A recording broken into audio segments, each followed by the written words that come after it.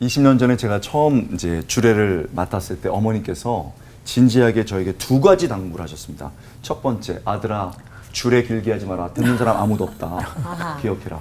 두 번째, 결혼식 행진곡 딴딴따다 거기에 가사가 있다. 그 가사를 꼭 사람들에게 가르쳐 주라. 그래서 제가 설교 시간 때 가르쳐 드릴 예정입니다.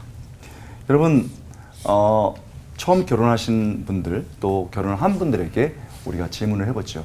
왜 결혼합니까? Why marriage? 왜 결혼하나요? 답은 사랑입니다. 사랑하기 때문에 결혼하고 사랑했기 때문에 결혼했습니다. 여러분, 그렇죠. 분명한 이유는 사랑입니다. 그렇다면 이 사랑이 뭘까요? 우리는 어떤 사랑을 해야 할까요? 첫 번째는요, 결혼 생활 속에서 해야 될 사랑은 서로를 사랑하는 겁니다. 뭐라고요? 서로를 사랑하는 것. 영어로 love each other. 서로를 사랑하는 거죠. 두 사람이 지금 사랑하기 때문에, 결혼하기 때문에 서로 깊이 사랑하라는 겁니다. 또 우리가 결혼했으니 그 약속대로 서로 사랑해야 되는 것이죠. 여러분, 서로 사랑하는 것만큼 기쁜 건 없습니다. 신혼 이렇게 막 그 예쁘게 꾸미고 신혼여행 가가지고 이렇게 메이크업하고 자기야 이렇게 하면서 가는 모습처럼, 서로 사랑하는 모습처럼 아름다운 것은 없습니다. 사진 찍어주고 싶습니다. 너무너무 행복해 보입니다. 그러나 저에게 그렇게 미소 짓게 하는 것보다 울컥하게 만드는 것은 얼마 전에도 밤에 50대, 60대 부부가 손을 잡고 이렇게 산책을 하는 모습을 보면서 서로 여전히 사랑하고 있구나. 그래서 풋풋한 사랑도 아름답지만 나이 들었으나 변하지 않는 사랑이 얼마나 우리로 아름답게 생각하게 하고 감탄하게 하는지를 알게 됩니다. 여러분, 서로 사랑하십시오. 이렇게 서로 사랑하면 행복한 사랑, happy love, 행복한 사랑이 됩니다. 그런데 이게 끝이 아닙니다. 점점 깊은 사랑이 있거든요. 결혼을 통해서 우리가 두 번째 사랑하게 되는데 그것은 부모를 사랑하는 겁니다. 누구를요? 부모를요. 그래서 love your parents. 그 상대편 그 부모님을 사랑하는 거죠. 도대체 이게 무슨 말일까요? 결혼은 처음에는 우리 둘만 사랑하면 된다고 생각합니다. 그러나 조금 지나다 보면 그 가족들, 특히 부모님들을 사랑해야 된다는 것을 알게 되지요. 배우자의 부모까지 사랑하는 것입니다. 부부가 서로 사랑하면 행복한 사랑이 되지만 배우자의 부모까지 사랑하면 성숙한 사랑, mature love, 성숙한 사랑이 되는 겁니다. 정말 너무 예쁜 신부, 너무 멋진 신랑 여기에 서 있습니다. 그러나 이 예쁨과 멋짐 뒤에 엄마 아빠의 눈물이 있었던 거죠. 땀이 있었던 거죠. 그래서 이렇게 예쁘게 멋지게 서 있는 겁니다. 여러분, 저희 어머니가 누나 빨리 시집 보내려고, 야, 너 나이 든다, 빨리 시집 가라, 빨리 가라. 엄마, 너 빨리 갔으면 좋겠어. 이렇게 얘기했거든요. 근데 결혼식 전날에 한숨도 못 잤습니다. 그리고 펑펑 우셨습니다. 아버지는 상남자셨거든요. 울지 않으셨습니다. 역시 우리 아버지. 그런데 결혼식을 마치고 와서 누나의 방을 열고 딸 어디 갔어? 여러분, 그게 부모입니다. 요즘 부모는 안 그렇습니까? 아니에요. 여러분, 주례 말씀을 들으면서 지금 눈물 흘리는 분, 방송을 들으면서 눈물 흘리는 분 다 어떤 의미인 줄 알 겁니다. 우리는 성숙한 사랑을 해야 되죠. 그러므로 양측의 부모님을 사랑해야 됩니다. 저희 아버님 일찍 천국에 가셨습니다. 어머님이 혼자 지내셨어요. 그리고 제가 어머니에게 적지 않은 용돈을 매달 드렸었는데 결혼하기 전 어머님 마음을 좀 아프게 했죠. 솔직한 말이에요. 어머니, 제가 이제 이만큼 돈은 못 드려요. 저도 결혼 생활을 해야 되니까. 그러니까 어머님 웃으시면서 괜찮다 그러셨어요. 가슴이 아팠죠. 그러나 저도 생활을 해야 되니까. 그렇게 해서 시간이 상당히 흘렀는데 어머님이 점점 야위어 가시고 그랬습니다. 근데 제가 늘 저를 놀라게 하는 거는 저희 아내와 아내 집안은 말이 없는 집안이에요. 근데 행동을 하거든요. 와보면 이만큼 수룩하게 뭐를 쌓아둬요. 그리고 그 다음날 되면 어머니 집에 그게 가 있어요. 사랑을 느껴요. 저 사람이 나를 정말 사랑하는구나. 저의 그 장인 장모님은 말이 정말 없는 분이래가지고 막 밥을 사주시고 용돈도 주시고 저희 결혼했을 때 막 이러신 다음에 공항에 나올 때 미국 갈 때도 그냥 그래 잘 갔다 와라 이렇게 한마디로 끝냅니다. 끝내요. 그러니까 얼마나 말이 없어요. 그 가정의 문화인 거죠. 그래서 이렇게 뒤돌아서는데 저도 이제 아내가 뒤돌아섭니다. 아내가 눈물을 이렇게 흘리는데 제가 이래서는 안 되겠다 싶어서 장인 장모님께 다시 뒤돌아서 장인 장모님 저 존경합니다. 사랑해요. 꼭 이 말씀 드리고 싶었습니다. 이렇게 안아드렸어요. 그랬더니 이분들이 정말 지방에서 투박하게 자라신 분이거든요. 근데 눈물을 이렇게 흘리면서 사위 고맙다 이렇게 말씀하셨어요. 아내가 고맙다고. 여러분 저희 아내가 자랄 때 그 시골이었기 때문에 더울 때 부모가 아이를 눕혀놓고 저희 아내를 눕혀놓고 초등학생 때 이렇게 머리를 이렇게 만져주면서 덥지 잘 자 이러면서 나눴던 대화를 자기는 들었대요. 아휴 우리 딸 이렇게 곱게 키워서 누구에게 보낼까? 그랬다는 거예요. 여러분 그런 거예요. 사랑은 그렇게 부모를 그 상대편의 부모를 사랑해 주는 거죠. 저도 저희 딸 아직 20대 뭐 초반인데 벌써부터 어떻게 결혼시키나 뭐 이런 생각이 들어요. 그래서 제 마음을 미래의 사회는 알아줬으면 좋겠어요. Love your parents, okay? Are you okay? 이렇게 되는 것 같아요. 근데 이게 이걸로 끝나지 않아요. 서로 사랑, love each other, happy love가 되죠. 그리고 부모님을 사랑하면 mutual love, 성숙한 사랑이 됩니다. 근데 하나가 더 있어요. 이게 뭡니까? Love your God. 하나님을 사랑하라는 거예요. 생뚱맞죠? 서로 사랑하지만 살다 보면 갈등이 생깁니다. 왜 그렇습니까? 그래서 이혼하는 경우도 많죠.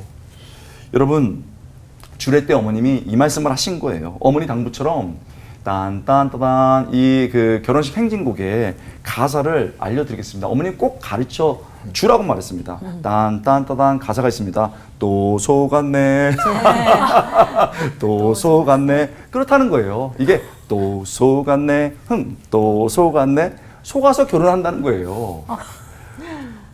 어머님이 지금은 80 중반의 어른이신데 어머님 말씀이 아직도 잊혀지지가 않아요.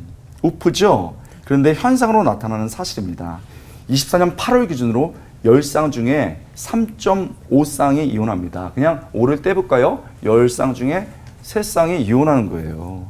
2019년 경제협력개발기구 OECD 회원국 중에 우리나라가 전체 9위 그리고 아시아에선 1위입니다. 그리고 이게 3.5에서 4로 가고 있어요. 우리는 이런 현실 속에서 우리 힘으로만 살 수 없다는 것을 알게 되는 거예요. 사랑도 고단하고 사랑도 부패합니다. 나빠서가 아니에요. 이게 어려운 겁니다. 잘못됐다고 말하고 싶지 않아요. 우리가 지쳐있는 거예요. 고단한 거예요. 나이가 들어가는 겁니다. 그때 우리는 뭘 해야 될까요? 우리를 만나게 하신 하나님이 계신 거예요.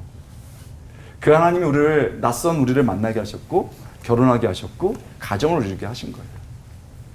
그래서 그 자리를 지켜나가면서 하나님을 사랑하며 나가면서 끝까지 걸어가는 거죠. 이렇게 하나님을 사랑할 때 오늘 말씀처럼 두려움 없는 사랑이 됩니다. 두려움 없는 사랑이 되고 그 두려움을 내어 쫓는 거예요. 그래서 하나님을 사랑하면 여러분 eternal love, 영원한 사랑이 되는 겁니다. 믿음 없는 한 형제가 제 주변에도 많이 있어요. 또 신앙 좋은 자매들이 좋다는 건 알고서 예쁘고 막 신앙 좋으니까 위장 전입을 했어요, 교회에. 그래갖고 형식적 세례까지 받고서 이 자매랑 결혼한 거예요. 그래서 아싸 이제 내 자매가 됐다 이런 겁니다. 그런데 알죠? 많이 겪어보셨죠? 이 중에도 있죠. 돌변합니다. 이제 돌변했어요. 그래서 여러분 오히려 신앙생활하는 아내를 핍박하고 왜 그러냐 너 가지 마라 하고 어렵게 합니다. 애를 키우는 것도 어려워요. 정말 잠이 모자라서 힘들고 어려운데 남편이 지지 안 해주고 계속 공격을 했습니다. 그래도 우리 신앙이 깊은 자매들 얼마나 착해요. 남편을 위해서 기도하고 애들 챙기고 고단하고 쓰러져 잠들고 그렇게 몇 년을 했습니다. 그런데 제가 아는 그 자매가 너무 힘들었나요? 암에 걸렸어요. 그러다가 결국 치료 과정 속에서 그 고단함과 그 강한 약물을 견디지 못해서 천국 갔습니다. 마지막 얘기를 남편에게 들었어요. 이 얘기였습니다. 여보, 애들 잘 부탁해. 그리고 예수님 꼭 만났으면 좋겠어. 믿음의 사람 돼요. 그렇게 하고 갔습니다. 그 후에 어떤 순간 남편이 깨달았어요. 참 놀랍더라고요. 그리고 주님의 좋은 신앙인이 됐습니다. 그분이 나이가 지금 상당히 좀 있어요. 그분도 이제 곧 언젠가 삶을 마무리하고 천국에 들어가겠죠? 여러분, 신약 성경은 뭐라고 말하고 있습니까? 천국에는 결혼 관계가 없대요. 기쁜 소식인가요? 부부 관계가 없대요. 그렇죠? 그리고 아내 남편 없답니다. 여러분, 그런데 부활하신 후에 일들을 보면 우리가 결혼 관계도 없고 남편 아내 관계도 없는데, 그러면 천국에서는 우리가 서로 어떤 관계로 만날까요? 알아볼 수 있을까요? 신학자들은 뭐 이런 얘기 많이 합니다. 그런데 이제 유추해 볼 뿐이에요. 부활하신 주님께서 다 알아보셨습니다. 그렇죠? 그리고 이름을 불러요. 베드로야, 이런 식으로. 그러니까 인격과 그 이름까지 아는 거 보니까 우리가 세상적인 어떤 그런 관계들은 없어지지만 서로의 인격과 이름까지 아는 건 완전히 아는 거죠. 자, 그분이 이제 아내를 먼저 보냈어요. 그리고 신앙인이 됐어요. 그리고 천국에 갔습니다. 만나겠죠? 그러면 무슨 말을 할까요? 자매님, 우리가 땅에서는 아내와 남편 관계로 만났습니다. 제가 그때 너무 힘들게 했어요. 그렇지만 포기하지 않아서 감사해요. 우리 자매의 기도와 헌신으로 내가 여기 왔습니다. 그렇게 말하지 않을까요? 그 순간 그 사랑은 땅에서의 사랑이 아니고 eternal love, 영원한 사랑이 되는 겁니다. 여러분, 예쁘고 풋풋한 사랑 좋아요. 많이 누려야 됩니다. 그러나 우리의 사랑은 깊어져야 되죠. 지쳐 쓰러져서 힘들게 누워있는 배우자, 그리고 그 배우자 뒤에 있는 부모님을 생각하면서 그냥 묵묵히 내 부모처럼 섬겨주는 거죠. 그리고 때로는 배우자가 방황하고 어려울 때도 사랑도 지칠 수 있다. 그러나 나는 사랑을 믿는다. 왜냐하면 하나님이 사랑이시기 때문에. 그렇게 아낌없이 사랑해서 그 사랑이 영원한 사랑이 될 수 있길 바랍니다. 여러분, 힘내시고 우리 여전히 사랑하는, 사랑을 믿는 존재가 됐으면 좋겠습니다. 기도하겠습니다. 하나님 감사합니다. 사랑을 믿습니다. 하나님이 사랑이시기 때문입니다. 주님, 처음 결혼 생활하는 분들이 있다면 이 시대가 결혼을 너무 소홀히 여기는데 깊이 사랑하게 하여 주옵소서. 그러나 성숙한 사랑이 되게 하시고 무엇보다도 우리의 사랑으로 영원히 이어지고 영혼까지 함께 가는 사랑 되게 하여 주시옵소서. 특별히 어렵고 힘든 가정이 있다면, 그런 결혼 생활이 있다면 주님 사랑이신 하나님의 사랑으로 극복하고 이기게 하여 주시옵소서. 감사드리고 예수님의 이름으로 간절히 기도드리옵나이다. 아멘. 부부관계는 또 서로서로 막 이렇게 그래 같이 기도를 이겨내자라고 해서 이겨낼 수 있어지게 되더라고요. 그런데 이게 둘만 산다고 잘 되는 게 아니잖아요.